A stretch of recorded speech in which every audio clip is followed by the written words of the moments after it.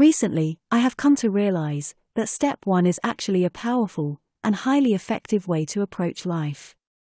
Your higher self is always there with you, all the time, no matter where you are, aware of all your wants and needs. Some people do acknowledge the presence of God in and around them, however, most people are not even aware of the existence of their higher self. Although you might think that this state of consistent awareness of the Lord within is reserved only for spiritual masters up in the mountains, or in a monastery somewhere, isolated from the rest of the world, think again. As you will find out later on, and throughout this book, when you are in tune with your higher self, you enjoy and appreciate the things you love here on earth a lot more.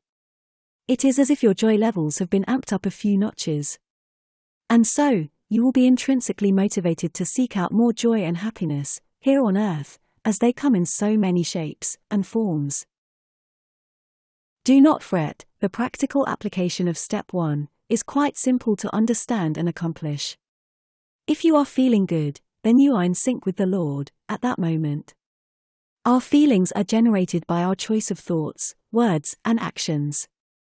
The hardest one for most of us to manage is our own habits of thought within the physical mind.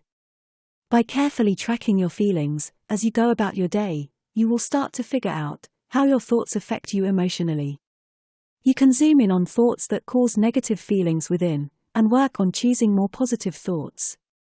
Unknowingly continuing down the path of negative thought patterns will just make you feel worse. Sometimes, we end up getting lost in the complex maze within our mind space. The longer you are out of sync with the Lord, the worse you will feel within. You have the power to choose a different feeling at any moment in time, using your 3 God-given creative tools: thought, word, and action. The powerful moment of now is where you can choose to get back in alignment with the Lord. It is where all your power lies, to take control of your own vibe by choosing a different thought, word, or action. It can be as simple as reaching for that iPod and zoning off into your favorite playlists. In summary, step 1 is about maintaining a steady positive state of being as you go about your day, and being consistently in sync with the always high vibrations of the Lord by managing your own vibe. By joining forces with the Lord, you can transcend the physical mind and body, monitoring your own habits of thought, word, and action. The Lord will remain in the background, providing you emotional feedback on the appropriateness of your thought, word, and action at each and every moment. Adding step 2 into the mix brings clarity and peace of mind into your being. Everything you have wanted or asked for is already noted by the Lord and is in the process of becoming. Slowly and steadily, they will come into your experience, one after another, all in divine timing. Have faith in the process, and be patient, they will flow in eventually. Look around at your current life, surely you can pick out some things that have already manifested in your experience. Perhaps you do not realize it, but it was something that you wanted, or desired when you were younger. Your expansion is inevitable, as you always seek out new desires and wants, while you explore your way through life.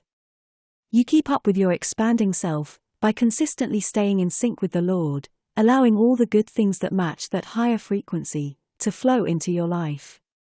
Generally, there is too much lag time between the asking and the manifestations, as we are not very good at managing our own vibrational output. I am also still a work in progress, but steadily evolving as this book is being written. I have recently come to realize that a one-time request, or simply asking, is sufficient, and it will be done, as mentioned in step 2. God is aware of you, and knows all that you want. Over the past few months, I have experimented by spending my days with and without these 2 steps in place. Here is what I have noticed when these 2 steps are in effect. Calm mind and inner peace. Inner joy. A sense of wholeness within. Inner stability and steadiness. Present awareness. A calming presence within. Never alone or lonely. Inner confidence or swag. Minimal fear, worry, guilt, and doubt. Deeper breathing. More energy. Feel bigger than body. inner guidance. Get things done efficiently. Better decision-making. More grateful and appreciation. More creative and new ideas. On top of all the above, with the 2 steps, I could sense that I am becoming more like my higher self. More joy. More peace. Very stable and steady. Very optimistic.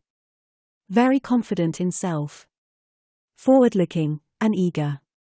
Love music, food, people, and life. Light-hearted or carefree. Urge to be better and improve self. Positive thoughts, words, and actions. And that last point should not be taken lightly, as it can completely shift the trajectory of our life experience.